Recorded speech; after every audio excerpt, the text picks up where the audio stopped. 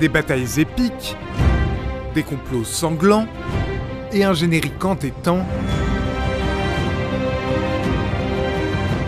Game of Thrones revient pour une ultime saison, replongeons dans nos cartes pour résumer cette épopée.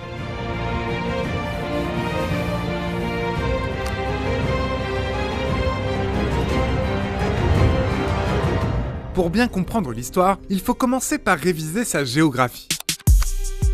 Voici le continent de Westeros sur lequel se trouve un royaume féodal, les Sept Couronnes.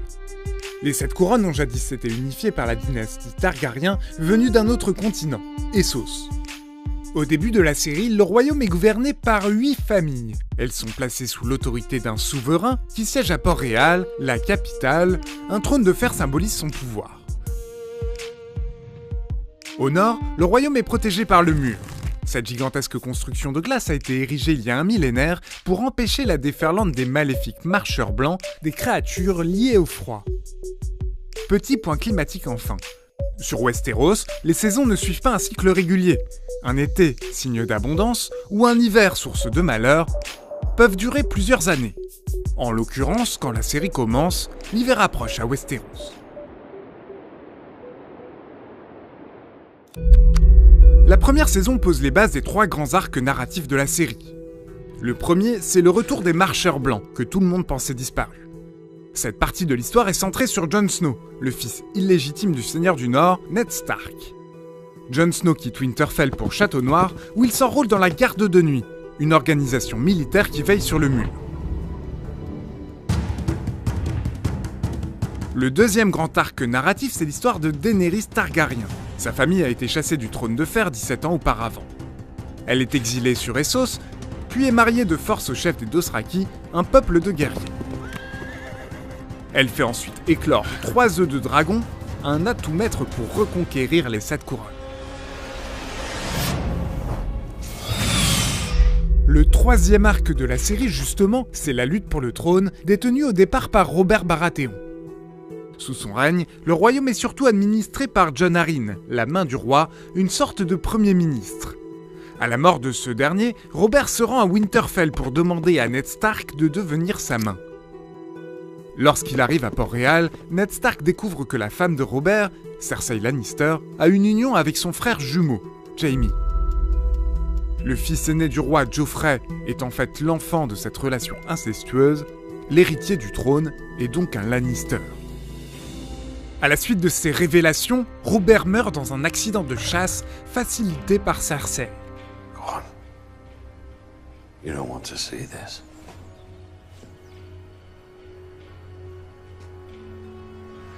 Grâce à Joffrey, les Lannister peuvent ainsi s'emparer de la couronne, mais il faut qu'ils écartent ce qui met en doute la légitimité de l'héritier du trône. Les Lannister accusent donc Ned Stark d'avoir comploté contre Joffrey. Il est arrêté, puis exécuté.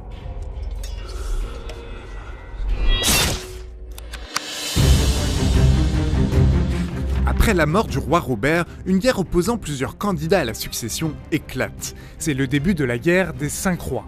Le premier est sur le trône, c'est Joffrey Baratheon Lannister, roi sadique et inexpérimenté. Pour l'encadrer, son grand-père Tywin nomme son fils, l'ingénieux Tyrion Lannister. Les rois numéro 2 et numéro 3, ce sont les frères de Robert Baratheon, Stannis et Renly. Ils contestent la filiation de Joffrey avec Robert. L'aîné Stannis va faire assassiner son cadet. Puis il va attaquer Port-Réal, mais sans succès. Le 4e roi est à l'ouest, c'est Balon Greyjoy. Il profite de l'instabilité pour prendre son autonomie.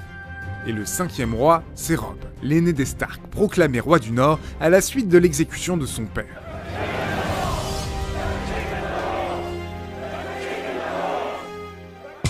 Et depuis cette exécution, les frères et sœurs de Robb ont la vie dure.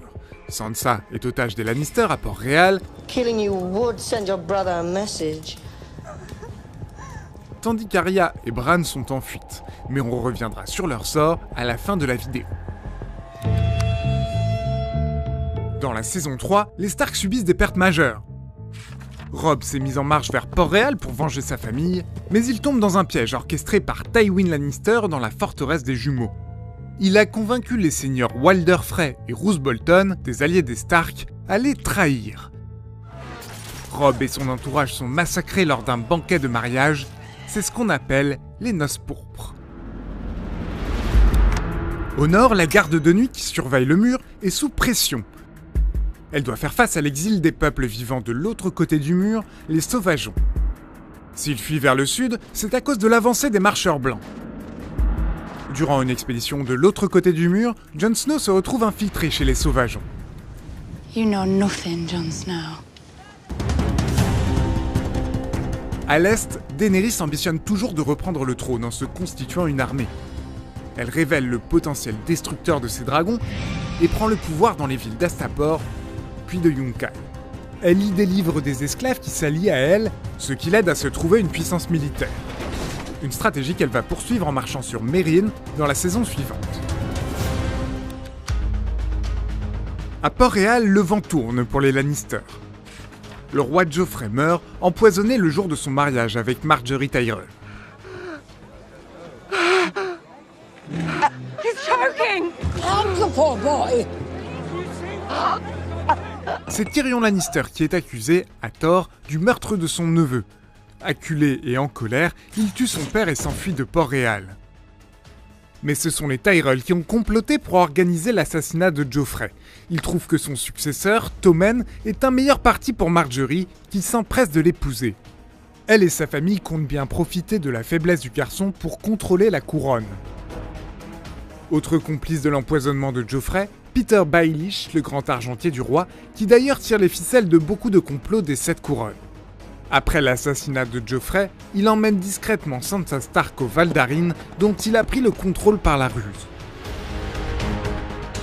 Au pied du mur arrive Stannis Baratheon. À la peine dans la course au trône, il se lance dans une nouvelle bataille. Il vient en renfort de la garde de nuit et de Jon Snow et leur permet de s'imposer face aux sauvageons. Pour la saison 5, restons au nord où les événements s'accélèrent. Au-delà du mur, les marcheurs blancs se sont formés une armée en transformant les cadavres en morts vivants. Jon Snow, qui est devenu commandant de la garde de nuit, les affronte.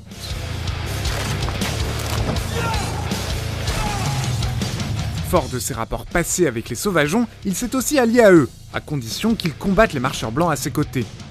En contrepartie, il leur permet de s'installer au sud du mur. Mais ce choix ne plaît pas à certains de ces hommes qui assassinent Jon Snow.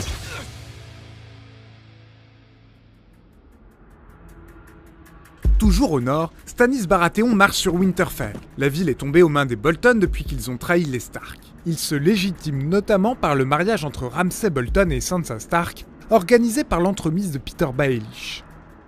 Mais l'armée de Stannis se fait finalement anéantir. À Port-Réal, Cersei Lannister, la mère du roi, ne supporte pas l'influence grandissante des Tyrell et de la reine Margaery, mariée au roi Tommen.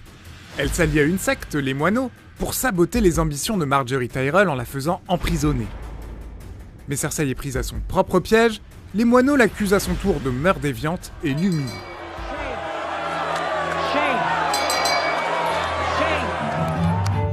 Dans la 6e saison, Cersei trouve finalement une solution radicale à ses problèmes. Elle élimine à l'aide de Feu Greyjoy la secte des moineaux et Margaery Tyrell. Son fils, le roi Tommen, se suicide par désespoir lorsqu'il se rend compte que sa femme est morte. Cersei se retrouve seule, mais elle monte sur le trône de fer, plus déterminée que jamais. Sur le mur, Jon Snow est ressuscité par le pouvoir de Mélisandre, une prêtresse qui le considère comme l'envoyé d'Orlor, le dieu de la lumière. Il en profite pour quitter la garde de nuit et tenter de reprendre Winterfell des mains de Ramsay Bolton. Il va devenir roi du Nord en remportant la fameuse bataille des bâtards. Jon Snow s'y impose uniquement grâce à l'arrivée des troupes du Val de Peter Baelish.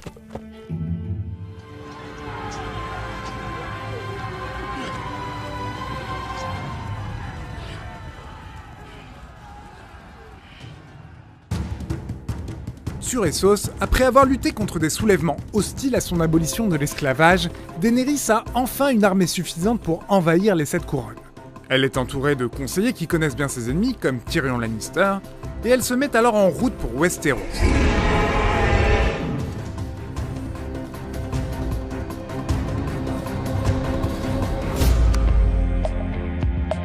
Pour la 7e saison, direction Winterfell, c'est là où se retrouvent les Stark survivants. Il y a Sansa qui s'affirme enfin et qui devient maîtresse de la cité. Mais il y a aussi Arya, revenons sur son parcours. Durant la première saison, elle quitte Winterfell avec son père. Après avoir assisté à sa décapitation, elle erre longuement dans les 7 couronnes. Puis elle part à Braavos, où elle parvient à suivre un entraînement chez des assassins redoutables, les Sans-Visage. Forte de ses compétences, elle se venge de ceux qui s'en sont pris à sa famille, comme les Frey aux jumeaux, puis Peter Baelish à Winterfell. Enfin, on retrouve Bran. Son histoire, c'est celle d'une fuite vers le nord. Depuis la saison 1, il est doté de pouvoirs magiques qui le guident au-delà du mur vers une entité surnaturelle appelée la Corneilla Troisième. Lorsqu'ils se rencontrent, il devient cette entité dont l'un des grands pouvoirs est de voyager dans le temps. C'est après ces retrouvailles que les 3 grands arcs narratifs de la série convergent. Car pendant ce temps-là, Jon Snow se rend un père dragon. Son objectif est d'y extraire du ver dragon, une matière qui permet de tuer les marcheurs blancs. C'est dans cette ancienne forteresse des Targaryens qu'il rencontre Daenerys. I am not your enemy. Il l'avertit de la menace venant du nord, mais elle préfère planifier sa guerre pour prendre le trône de fer aux Lannister. Elle gagne 2 batailles. Elle s'empare de Castral Rock, le fief des Lannister, puis décime leur armée entre Haut-Jardin et Port-Réal. Mais elle perd aussi à 2 reprises. Sa flotte est d'abord anéantie par Euron Greyjoy, le nouveau seigneur des îles de Fer, qui espère épouser la reine Cersei. La seconde défaite est au-delà du mur lorsqu'elle se décide enfin à aider Jon Snow. Le roi des marcheurs blancs tue un de ses dragons, le transforme en mort-vivant et l'utilise pour faire une brèche dans le mur.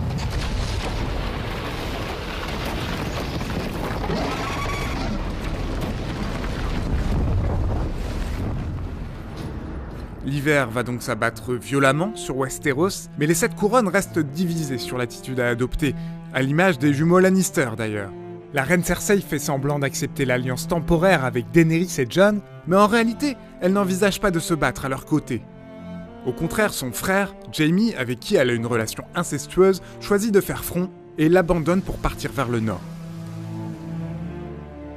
Enfin, revenons à Bran Stark. Il détient peut-être l'une des clés cruciales de l'aventure Game of Thrones. Ses pouvoirs lui ont permis de voyager dans le passé et de répondre à l'un des mystères de la série, les origines de Jon Snow. Présenté comme le fils illégitime de Ned Stark depuis le début de la série, il est en fait le fils de sa sœur, Lyanna Stark. Mais c'est aussi un Targaryen. Son père est Rhaegar, le frère aîné de Daenerys. Tous deux sont les enfants du roi Aerys Targaryen, chassé du trône par les Baratheons. Jon Snow, qui est l'allié et l'amant de Daenerys, est donc aussi, sans le savoir, son neveu. Il ignore également que si Daenerys Targaryen reprend le pouvoir, sa filiation fait de lui l'héritier légitime du trône de fer.